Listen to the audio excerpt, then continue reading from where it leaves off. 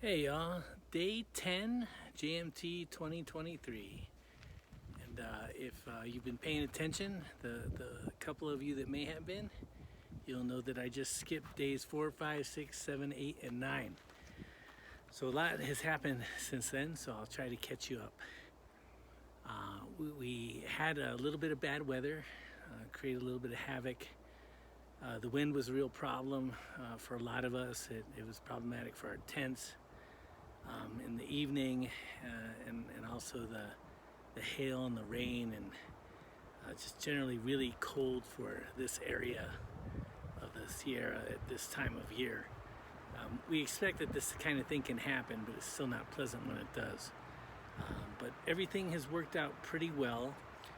So on day 10, I'm taking a 0 day at Vermilion Valley Resort, which you can see the lake behind me, which is Lake Edison.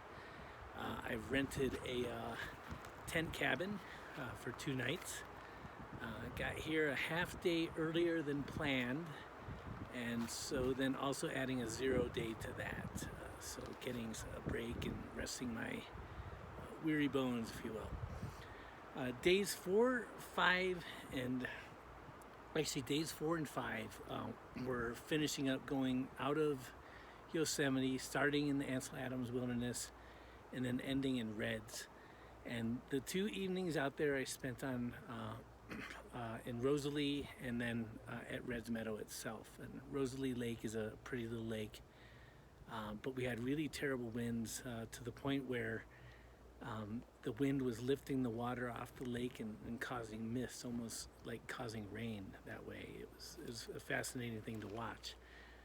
But unfortunately it took my tent to the ground. It collapsed my tent, and so bent one of my poles, and I actually spent the evening not sleeping much. Every time the wind would gust, I'd have to lift up the hub on my fly and try to keep it from collapsing again so it doesn't break.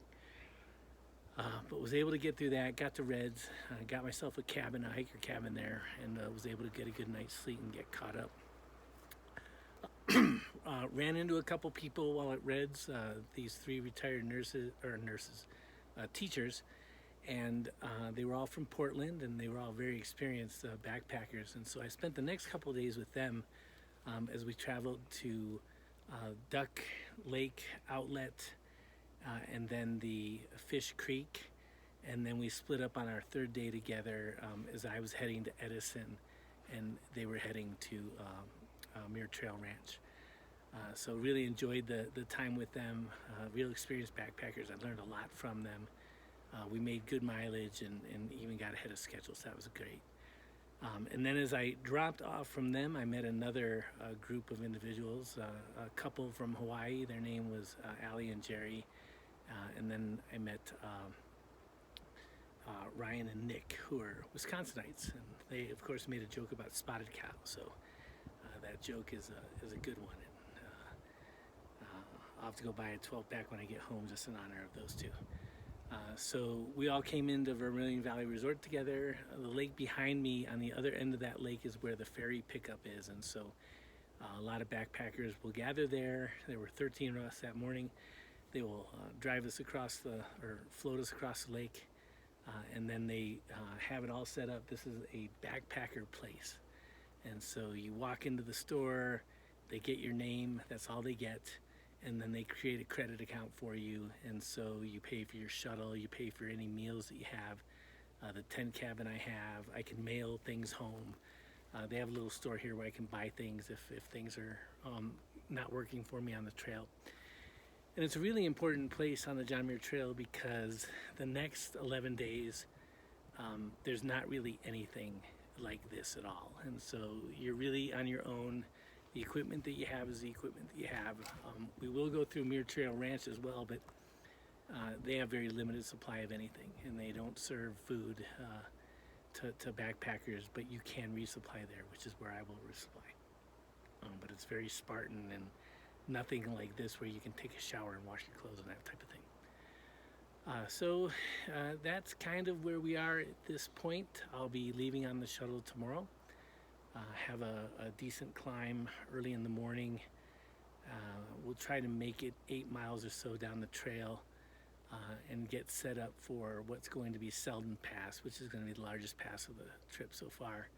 Get over there and see if I can't spend the night at Sally Keys. In terms of partners, people I've been traveling with, there are a few people here that are on the same type of itinerary, but we'll let it play out. We don't have anything planned right now because we don't know each other's pace and how we like to camp. So we'll all go off the ferry together, or there's an alternative route that others are taking, but we'll all land in about the same area after about 5 or 6 miles and go from there. So I have really enjoyed the social aspect of this. I met a lot of really cool people. The retired nurses, Karen, Michelle, and Wendy were just really a lot of fun to be with. But their plans were a little bit different than mine, so you can't stay together the whole time. So we'll look forward to the next relationships that we build on the trail, and the next adventures as we go. So I will try to be better about making these posts, but it's awfully tiring, and this tends to be one of those things that I let go simply because I am exhausted at night and need to get some sleep. So we'll see you on the trail tomorrow.